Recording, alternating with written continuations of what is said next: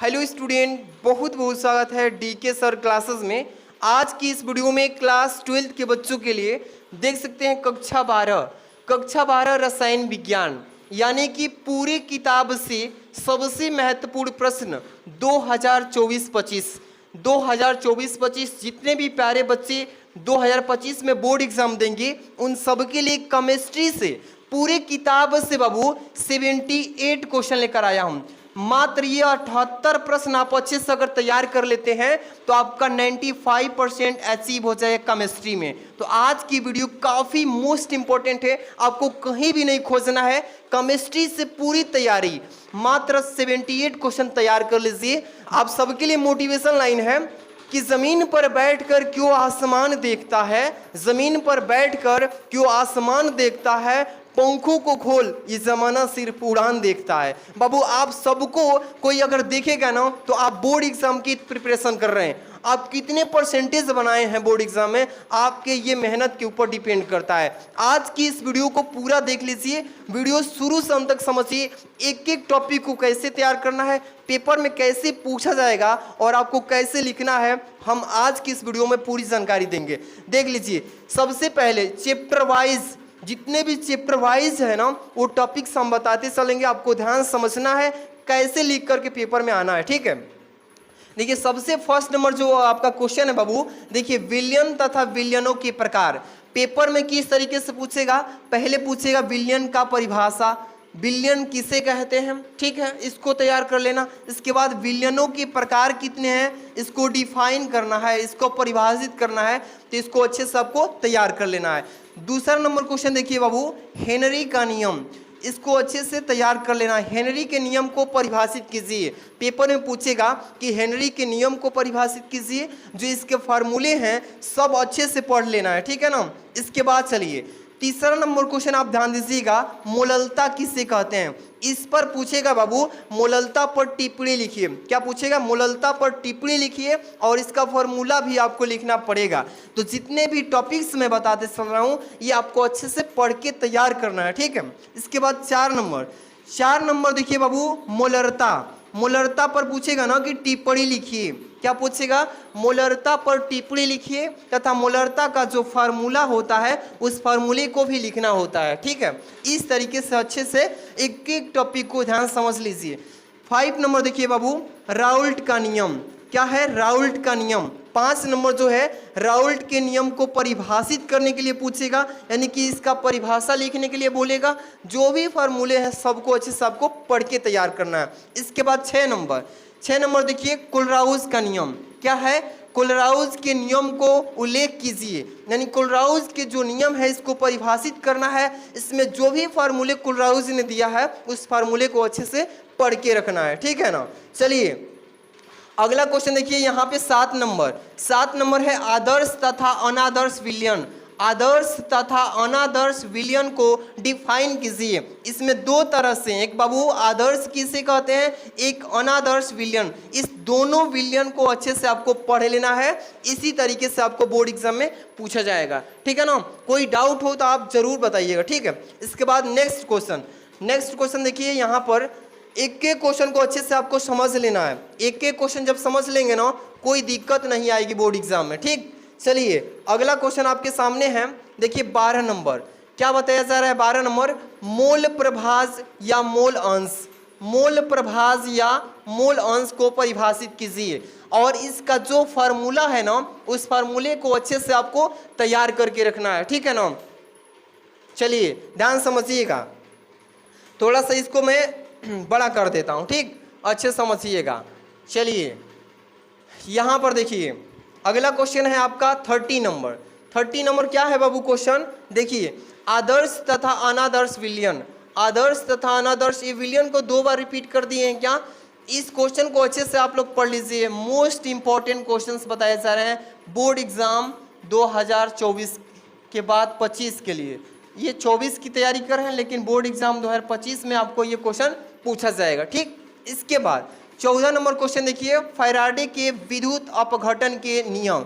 Faraday ने जो विद्युत अपघटन का जो नियम दिया था बाबू, इसको अच्छे से पढ़ के तैयार कर लेना है, ठीक है। इसके बाद चलिए यहाँ पे 50 नंबर क्वेश्चन क्या है, इलेक्ट्रोड, यहाँ पे पूछेगा इलेक्ट्रोड विभव, यही क्वेश्चन है, सेम इलेक्ट्रोड के बारे में परिभाषित करना है, यही क्वेश्चन है इसमें। इसी क्वेश्चन को आप लोग 2 बार लिख दिया हूँ लग रहा है, तो इसको अच्छे से पढ़ के जाना है। इलेक्ट्रोड विभव किसे कहते हैं, इसको डिफाइन करना होगा, इसका परिभाषा आपको लिखना होगा, ठीक है ना। इसके बाद यहाँ पे चलेंगे 17 नंबर क्वेश्चन, क्या है, विद्युत रासायनिक सेल। पेपर में पूछेगा, अगला टॉपिक जो चैप्टर वाइज मैं बताते चल रहा हूँ, क्या पूछेगा ध्यान समझिएगा, विद्युत रासायनिक सेल किसे कहते हैं। बोर्ड एग्जाम में इसका परिभाषा हर एक साल पूछता है कि विद्युत रासायनिक सेल किसे कहते हैं, इसको अच्छे से डिफाइन करके और तब इसके बारे में लिखना होगा पेपर में। इसके बाद है 18 नंबर, क्या है कि विद्युत रासायनिक श्रेणी, क्या है, विद्युत रासायनिक श्रेणी के बारे में आपको बताना होगा। पेपर में विद्युत रासायनिक श्रेणी के भी बारे में पूछेगा, ठीक है ना। चलिए यहाँ पे देखिएगा, अगला क्वेश्चन आपके बारे में क्या कर रहा है, 19 नंबर, क्या है कि सेल का विद्युत वाहक बल, सेल का विद्युत वाहक बल किसे कहते हैं, इसको अच्छे से नोट कर लीजिए। जितने भी प्यारे बच्चे 2025 के बोर्ड एग्जाम देने जा रहे हैं, सब लोग अच्छे से इस सारे टॉपिक्स को पढ़ के जाना, ठीक है ना। चलिए अगला टॉपिक है आपका 20 नंबर कि वेग नियम या दर व्यंजक, इसी को बोलते हैं वेग नियम या दर व्यंजक किसे कहते हैं, डिफाइन कीजिए। जो भी फार्मूले हैं सभी फार्मूले को अच्छे से आपको पढ़ के प्रिपरेशन कर लेना है, पेपर में इसी में से पूछेगा, ठीक है। इसके बाद 21 नंबर क्वेश्चन देखिए, क्या है, अभिक्रिया की दर या वेग, अभिक्रिया की दर या वेग, इसको डिफाइन करने के लिए पूछेगा। जो भी इसका फॉर्मूला है सारे फॉर्मूले को भी अच्छे से पढ़ लीजिएगा। केमिस्ट्री में सारे टॉपिक्स मोस्ट इंपॉर्टेंट बता रहा हूँ। नेक्स्ट देखिएगा बाबू, एक एक क्वेश्चन जो है आप सबके लिए वेरी मोस्ट इंपॉर्टेंट है। चलिए ध्यान समझिएगा, यहाँ से एक एक क्वेश्चन को अच्छे से अगर पढ़ के जाएंगे तो कोई दिक्कत नहीं आएगा, ठीक है। चलिए अगला क्वेश्चन आपके सामने है यहाँ पे 26 नंबर, ठीक है। अगला क्वेश्चन क्या है, 26 नंबर, यहाँ से देखिएगा, द्वितीय कोटि की अभिक्रिया, द्वितीय कोटि की अभिक्रिया किससे कहते हैं, इसको अच्छे से पढ़ के जाना है। द्वितीय कोटि की अभिक्रिया को डिफाइन कीजिए। जो भी फार्मूले हैं इसके सभी फार्मूले को अच्छे से पढ़ लेना है, ठीक है। इसके बाद 27 नंबर क्वेश्चन क्या है, ब्लॉक के तत्व, क्या है, ब्लॉक के तत्व, संक्रमण तत्व, क्या है बाबू, संक्रमण तत्व किसे कहते हैं, ब्लॉक के जितने भी तत्व हैं, डी ब्लॉक, जो भी जितने भी ब्लॉक के तत्व हैं सभी के संक्रमण तत्व को अच्छे से तैयार करना है। ये भी क्वेश्चंस बोर्ड एग्जाम में पूछे जाएंगे। इसके बाद 28 नंबर, क्या है, लैथेनाइड तथा एक्टिनाइड। ये देखिए लैथेनाइड तथा एक्टिनाइड, ये दोनों टॉपिक्स को अच्छे से पढ़ लेना।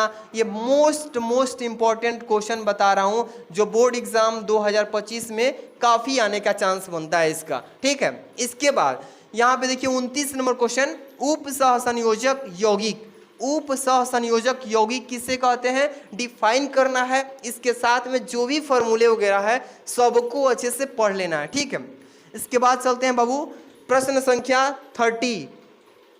एक एक क्वेश्चन को अच्छे से आपको समझ लेना है।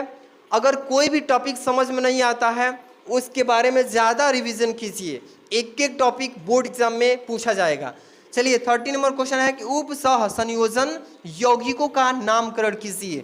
पेपर में ऐसे ही पूछेगा कि उप सह संयोजक यौगिकों का नामकरण कीजिए, पेपर में इसी टाइप से पूछा जाएगा। इसके बाद है 31 नंबर क्वेश्चन, लिगेंड क्या है, पूछेगा कि लिगेंड अभिक्रिया के बारे में आप डिफाइन कीजिए। और हर एक साल पेपर में ये पूछे जाएगा, 100% पूछा जाता है, क्योंकि देखिए एक डिस्ट्रिक्ट में, एक जिले में 7 प्रकार के कोड का पेपर आता है।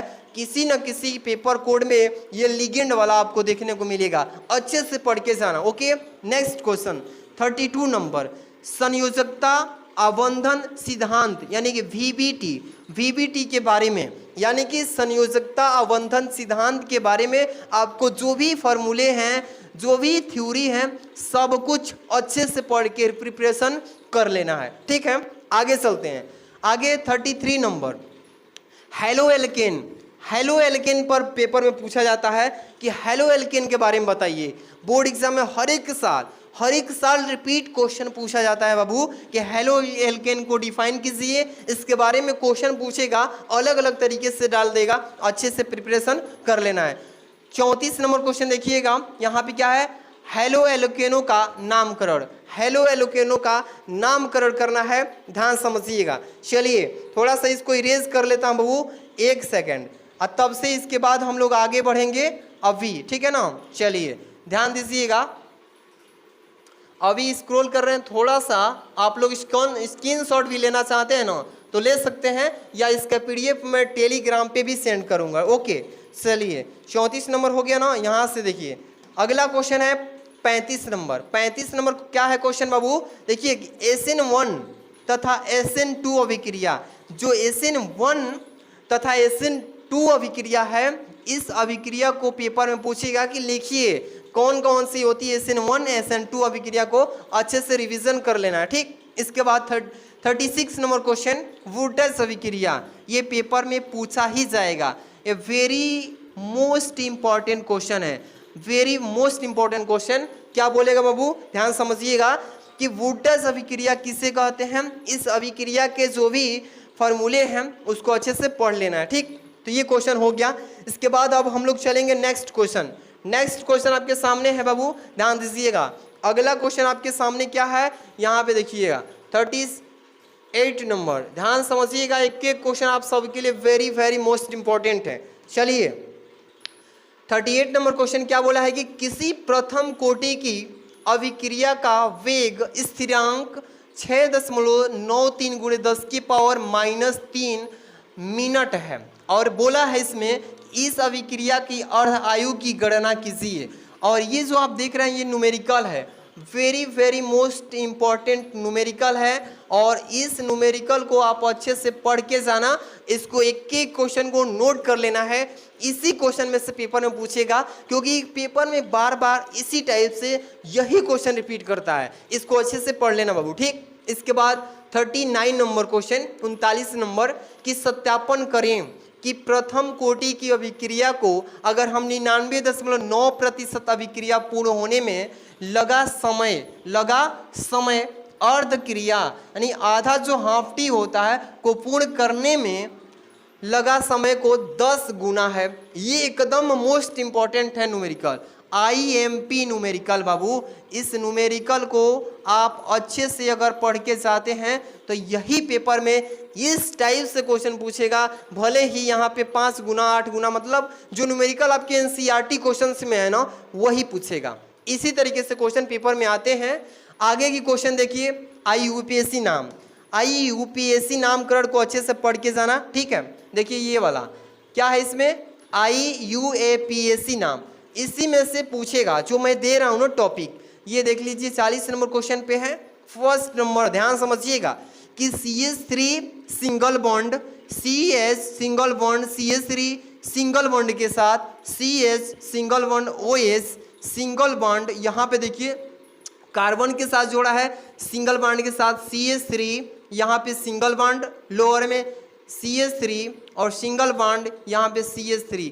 ये जो आप देख रहे हैं ना ये आपका संरचना के रूप में दिया है, और इसी का यहाँ पे श्रृंखला का क्या बनाना है बाबू, IUPAC नाम, IUPAC नाम इसका लिखना है कि कौन सा है, एकदम ही मोस्ट इंपॉर्टेंट है।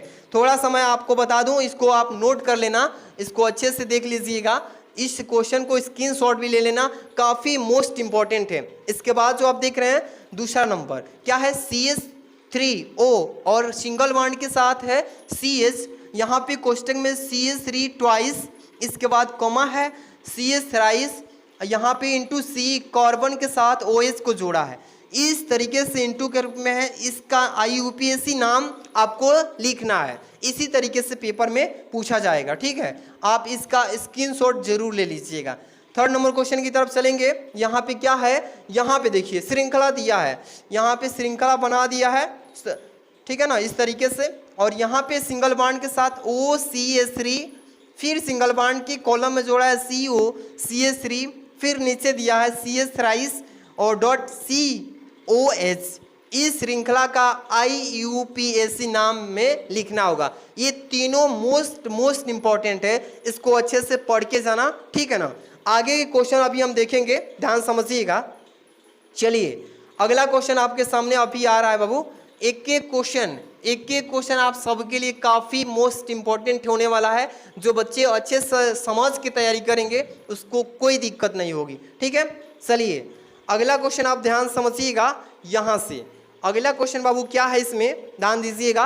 41 नंबर क्वेश्चन, 1 मिनट बाबू ध्यान दीजिएगा। 41 नंबर क्वेश्चन क्या बोला इसमें कि हेलो एरीन के बारे में आपको डिफिनेशन लिखना है। इसका मतलब होता है परिभाषा। हेलो एरीन किससे कहते हैं, इसके जो फॉर्मूले हैं, रिएक्शंस हैं, उसको अच्छे से आपको पढ़ लेना है। ठीक है, अगला क्वेश्चन ध्यान दीजिएगा 42 नंबर, 42 नंबर क्या है, हेलो एरिनो का नामकरण कीजिए। हेलो एरिनो का नामकरण आपको करना है कि इसका नामकरण क्या है, इसके बारे में आपको इसका नाम लिखना है बस। ठीक है, ये काफ़ी वायरल टॉपिक्स हैं। इसके बाद 43 नंबर क्वेश्चन बाबू कि क्लोरोबेंजीन के बारे में आपको डिफिनेशन लिखना है। एक एक टॉपिक को आप अच्छे से माइंड में रिपीट कर लीजिए, क्योंकि बोर्ड एग्जाम में इसी में से 95% चांस है आने का। ठीक है ना। चलिए अगला है 44 नंबर, क्या है, क्लोरोफॉर्म के बारे में आपको डिफिनेशन लिखना है। एक एक पॉइंट को फार्मूले के साथ तैयार करके रखना है, क्योंकि इसी में से पेपर में पूछा जाएगा। अगला टॉपिक पे चलते हैं बाबू, ध्यान दीजिएगा। अगला टॉपिक आपके सामने है, ध्यान दीजिएगा 45 नंबर। एक एक क्वेश्चन को सटीक तैयारी कीजिए, ध्यान दीजिएगा। 45 नंबर क्या है, क्लोरोफ्लोरोकार्बन के बारे में आप पढ़े होंगे। इसके बारे में आपको डिफिनेशन, जो कार्बन है, इसका थ्योरी न्यूमेरिकल बोल रहे हैं, इसका जो फॉर्मूला है इसको अच्छे से बढ़िया से पढ़ लेना, इसके बारे में पूछा जाएगा। इसके बाद 46 नंबर एल्कोहल के बारे में। आप एल्कोहल के बारे में क्या करेंगे, जो परिभाषा है एल्कोहल का उसको पढ़ेंगे। इसके बाद फॉर्मूला है एल्कोहल का, उसको अच्छे से रिवीजन कर लेना। ठीक है बाबू। इसके बाद 47 नंबर, एल्कोहलों का वर्गीकरण। एल्कोहल का यहाँ पे क्या करना है, वर्गीकरण करना है। क्या करना है, वर्गीकरण। इसको अच्छे से पढ़ लेना। काफ़ी वर्ड जो बता रहे ना, मोस्ट इम्पॉर्टेंट, पेपर के नज़रिए से काफ़ी मोस्ट इम्पॉर्टेंट क्वेश्चंस हैं। इसके बाद यहाँ पे 48 नंबर क्वेश्चन क्या बोला है इसमें, चलिए ध्यान दीजिएगा कि प्राथमिक, द्वितीयक तथा तृतीयक एल्कोहल के बारे में आप डिफिनेशन लिखिए। इसका मतलब बोलेगा कि आप इसके बारे में क्या लिखिए बाबू, परिभाषा लिखिए। क्या बोलेगा बाबू, परिभाषा लिखिए, नहीं इसको परिभाषित कीजिए, इस टाइप से पूछेगा। इसके बाद 49 नंबर दिए, क्वेश्चन क्या है इसमें, एथिल एल्कोहल या एथेनॉल के बारे में आप डिफिनेशन लिखिए। एथिल एल्कोहल या एथेनॉल के बारे में डिफिनेशन लिखिए। जो भी इसका थ्योरी है, फॉर्मूले हैं, सब अच्छे से प्रिपरेशन करके आपको तैयार कर लेना। ठीक है। इसके बाद 50 नंबर क्वेश्चन, फिनॉल के बारे में आपको अच्छे से पढ़ के जाना है। एक एक क्वेश्चन जो बता रहा हूँ बाबू, अच्छे से पढ़ के जाना। ठीक। इसके बाद 51 नंबर क्वेश्चन क्या बोला इसमें कि फिनॉल का वर्गीकरण कीजिए। फिनॉल का क्या करना है, वर्गीकरण करना है इसका। एक एक टॉपिक को अच्छे से पढ़ लेना है। ठीक है, एक एक टॉपिक को अच्छे से पढ़ लेना है। ये फिनॉल का वर्गीकरण अच्छे से पढ़ लेना। इसके बाद 52 नंबर, फिनॉल के निर्माण की विधियाँ। जो फिनॉल के निर्माण की विधियाँ बताई गई हैं उसको अच्छे से आप पढ़ लीजिएगा। ठीक है। चलिए अगला क्वेश्चन है 53 नंबर क्वेश्चन, ईथर तथा ईथरों का वर्गीकरण। देखिए बाबू, जो ईथर है अथवा ईथरों के वर्गीकरण है, पहले तो पूछेगा कि ईथर का परिभाषित कीजिए, ईथर को परिभाषित कीजिए और ईथरों के वर्गीकरण को, यानी कि उसके पार्ट जो हैं उसको वर्गीकरण माने बांटिए, इस टाइप से पूछेगा। इसके बाद 54 नंबर क्वेश्चन क्या है इसमें कि ईथरों का नामकरण कीजिए। यहाँ पे ईथरों का नामकरण करना है, इस टाइप से क्वेश्चन बोर्ड एग्जाम में पूछा जाएगा। ठीक है ना। अच्छे से तैयारी करके रखेंगे तो कोई दिक्कत नहीं होगी। चलिए आगे की तरफ चलेंगे। 54 के बाद आगे चलते हैं 55 नंबर से। ठीक है, ध्यान दीजिएगा यहाँ से। 55 नंबर क्वेश्चन क्या है, ईथरों के निर्माण की विधियाँ। क्या है बाबू, ईथरों के निर्माण की जो विधियां हैं उस विधियों को लिखिए। पेपर में इसी टाइप से पूछेगा कि ईथरों के निर्माण की जो विधियां हैं, कौन कौन सी विधियां हैं, इसके बारे में अच्छे से डिफिनेशन आपको तैयार कर लेना है, जो भी विधियां हैं। ठीक। इसके बाद 56 नंबर देखिए, डाई एथिल ईथर बनाने की विधियां, डाई एथिल ईथर जो बनाने की विधियां हैं वो कौन कौन सी विधियां हैं, उस विधियों को लिखिए, डिफिनेशन भी उसका लिखना है। इसके बाद है 57 नंबर एल्डिहाइड, एल्डिहाइड को परिभाषित कीजिए। क्या करना है, इसको परिभाषित करना है बाबू, परिभाषित, इसको अच्छे से पढ़ के जाइएगा, very very most important question है। अब चलिए आगे चलते हैं 58 नंबर एल्डिहाइड एवं कीटोन का नामकरण कीजिए।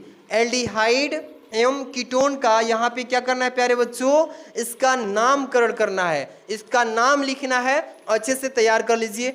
अब चलते हैं 59 नंबर क्वेश्चन की तरफ, ध्यान दीजिएगा, एक एक बच्चे इसको अच्छे से पढ़ के जाएंगे, पेपर में बहुत ही मतलब बेहतरीन तरीके से पूछेगा, एकदम आप सटीक तैयारी करके जाएंगे, कोई दिक्कत नहीं होगा। चलिए 59 नंबर क्वेश्चन पर ध्यान दीजिएगा, क्या है इसमें कि कार्बोक्सिक अम्ल के बारे में आप परिभाषा लिखिए, और जो कार्बोक्सिक अम्ल है इसका डेफिनेशन के साथ साथ फॉर्मूले जो है ना, इसको अच्छे से आप पढ़ के रखिएगा, ठीक है। अगला टॉपिक ध्यान दीजिएगा 60 नंबर, 60 नंबर क्या है, कार्बोक्सिक अम्लों का वर्गीकरण कीजिए। कार्बोक्सिक जो अम्ल है इस अम्लों का क्या करना है प्यारे बच्चों, वर्गीकरण करना है, इसको विभिन्न भागों में जो भाग है इसको वर्गीकरण करके तब इसका डेफिनेशन लिखना है। इसके बाद 61 नंबर स्मिट अभिक्रिया, ये स्मिट अभिक्रिया जो आप देख रहे हैं ना, वेरी वेरी मोस्ट इंपॉर्टेंट, बता दें तो वेरी IMP ये टॉपिक है, स्मिट अभिक्रिया, स्मिट अभिक्रिया को अच्छे से पढ़ के जाना बाबू। इसके बाद 62 नंबर क्वेश्चन नाइट्रो यौगिक, नाइट्रो यौगिक को आप अच्छे से इस टॉपिक को पढ़ के तब जाना, ठीक है।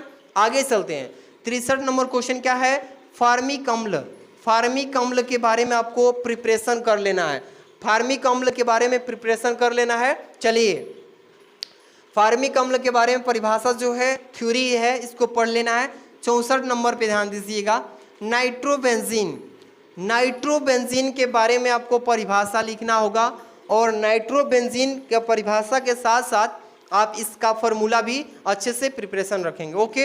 अगला क्वेश्चन है 65 नंबर, क्या है, एथिल एमीन बनाने की विधियाँ। यहाँ पे ध्यान दीजिएगा, एथिल एमीन बनाने की विधियाँ को यहाँ पे वर्णन करना है, इसके जो भी डिफिनेशंस हैं इसको परिभाषा के रूप में तैयार कर लेना है।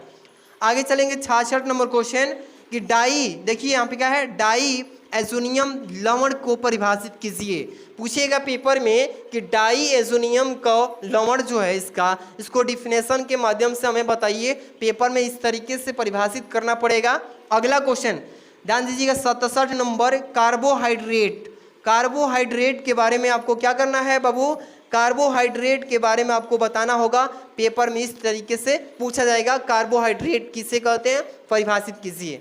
अगला क्वेश्चन, अगला ध्यान दीजिएगा, अगला क्वेश्चन है 68 नंबर कि देखिए मालिश परीक्षण, आप ध्यान समझिएगा किसके बारे में बात कर रहे हैं, मालिश परीक्षण, किसके बारे में बाबू, मालिश परीक्षण, ध्यान समझिएगा, ये पेपर में आएगा ही, पेपर में आने का एकदम चांस है इसका, कि मालिश परीक्षण को परिभाषित कीजिए, एकदम ऐसे ही क्वेश्चन पेपर में आते हैं। अगला क्वेश्चन ध्यान समझिएगा, अगला ये हो गया ना 68 69 से स्टार्ट करेंगे।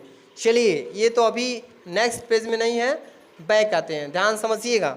चलिए मालिश परीक्षण, एक सेकेंड इसको थोड़ा इरेज कर लेते हैं, फिर आगे हम बढ़ेंगे। मालिश परीक्षण को अच्छे से आप पढ़ लेंगे ना तो ये पेपर में आने का काफ़ी चांस है इस बार, ठीक है। चलिए ध्यान दीजिएगा, अगला क्वेश्चन 69 नंबर, यहाँ पे चलेंगे, ध्यान समझिएगा क्या है 69 नंबर क्वेश्चन, ध्यान दीजिए क्या है कि डाइसैकेराइड, डाइसैकेराइड को परिभाषित कीजिए, डाइसैकेराइड को क्या कीजिए प्यारे बच्चों, परिभाषित कीजिए, फॉर्मूले के साथ लिखिएगा इसको, ठीक है। चलिए ध्यान दीजिएगा, अगला क्वेश्चन 70 नंबर क्या है, पॉलीसैकेराइड, ये था डाइसैकेराइड, इसके ठीक बाद पॉलीसैकेराइड को परिभाषित करना है, और पेपर में इसका आना एकदम 95% चांस बन रहा है, यानी कि पूछेगा कि पॉलीसैकेराइड को डिफिनेशन के साथ फार्मूले के विध लिखिए, आप तैयार करके जाइएगा, ठीक है। 71 नंबर क्वेश्चन ध्यान दीजिएगा प्यारे बच्चों, क्या है, सेलुलोज, सेलुलोज को डिफिनेशन के साथ आप इस टॉपिक को अच्छे से पढ़ के जाना कि सेलुलोज क्या है, सेलुलोज के बारे में जो भी फार्मूले हैं न्यूमेरिकल से पूछा जाता है, न्यूमेरिकल वाला क्वेश्चन में कुछ कुछ फार्मूले अच्छे से पढ़ना है। इसके बाद यहाँ पे देखिए 72 नंबर क्या है, एमिनो अम्ल। क्या है बाबू, एमिनो अम्ल को डिफाइन के यानी इसका परिभाषा लिखिए, फार्मूले के साथ इसको व्यक्त कीजिए। पेपर में इसी टाइप से क्वेश्चन पूछे जाएंगे, ठीक है ना। अगर एक एक क्वेश्चन को आप अच्छे से पढ़ लेते हैं तो आपको दिक्कत नहीं होगा। 78 क्वेश्चन टोटल है। चलिए ध्यान दीजिएगा, अगला आपके पास टॉपिक आ चुका है और इस टॉपिक को आप अच्छे से पढ़ के जाना, ठीक है। चलिए ध्यान दीजिएगा, क्या है टॉपिक, अगला टॉपिक ध्यान दीजिएगा 73 नंबर, प्रोटीन। प्रोटीन को परिभाषित कीजिए, पर प्रोटीन को डिफाइन कीजिए और प्रोटीन के बारे में जो भी डिफिनेशन है इसके साथ साथ इसका एग्जाम्पल भी आपको देना होगा। इस टॉपिक को आप हल्का में मत लीजिएगा, एक एक टॉपिक मोस्ट इंपॉर्टेंट है। इसके बाद चलेंगे बाबू यहाँ पे 74 नंबर, डीएनए। क्या है, इसके बाद है आरएनए। ये दोनों टॉपिक आप इसको हल्का में मत लीजिएगा, इसका 90% चांस बनता है कि जिले के पेपर के कोड में ये कहीं ना कहीं पूछा जाएगा कि डीएनए और आरएनए को इसका टिप्पणी लिखना होता है, या पूछ सकता है कि डीएनए तथा आरएनए में अंतर स्पष्ट कीजिए। तो इस पे आप टिप्पणी अच्छे से तैयार करके जाना प्यारे बच्चों। इसके बाद 75 नंबर, एंजाइम। एंजाइम क्या है, एंजाइम को परिभाषित कीजिए। एंजाइम को क्या करिए बाबू, परिभाषित कीजिए, इसका डिफिनेशन लिखिए और जो भी एग्जाम्पल है उस एंजाइम का एग्जाम्पल भी लिखना होगा। इसके बाद 76 नंबर, क्या है 76 नंबर, विटामिन। विटामिन जो होता है ना इसको परिभाषित करना होता है और विटामिन के कुछ एग्जाम्पल भी आपको देना होगा, तब जाकर के ये टॉपिक क्लियर हो पाएगा, ठीक। ये जितने भी टॉपिक्स बता रहे हैं पेपर में ही पूछे जाते हैं, चांस है इसका आना, ठीक है। 77 नंबर, न्यूक्लिक अम्ल, न्यूक्लिक एसिड। इस टॉपिक को अच्छे से पढ़ लेना है ना बाबू, एक एक टॉपिक आप सबके लिए काफ़ी मोस्ट इंपॉर्टेंट है। इसके बाद 78 नंबर, लास्ट क्वेश्चन है। इसके बाद आपको पीडीएफ भी बताएंगे कैसे आप अचीव करेंगे, वो भी फ्री में, ठीक। देखिए डीएनए फिंगरप्रिंटिंग, डीएनए फिंगरप्रिंटिंग को परिभाषित कीजिए। क्या करना है प्यारे बच्चों, इसको परिभाषा के माध्यम से आपको बताना है कि डीएनए फिंगरप्रिंटिंग क्या होता है। इसके बारे में आपको क्या करना है, परिभाषा लिखना है। अच्छे से पढ़ के जाएंगे तो कोई भी दिक्कत नहीं आएगा, इसलिए कह रहे हैं एक एक टॉपिक पे आप विशेष बल दीजिएगा, ठीक है ना। अब इसका पीडीएफ आप कैसे अचीव करेंगे, हम आपको एक एक चीज़ क्लियर अभी करेंगे, ठीक है ना, ध्यान दीजिएगा। अभी आप देख रहे हैं ना, एक एक चीज़ को देखिएगा, ध्यान समझिए एक एक चीज़ को। ये रसायन विज्ञान का जो पीडीएफ आप देख रहे हैं, पूरी किताब का 78 क्वेश्चन का पीडीएफ आप टेलीग्राम से ले सकते हैं। कहाँ पे, टेलीग्राम ज्वाइन कीजिए, डीके सर, क्या लिखेंगे, DK sir classes. DK sir classes पे सर्च करना है टेलीग्राम पे, वहीं पे इसका पीडीएफ हम पूरा फुल स्केप में सेंड करेंगे, ठीक है।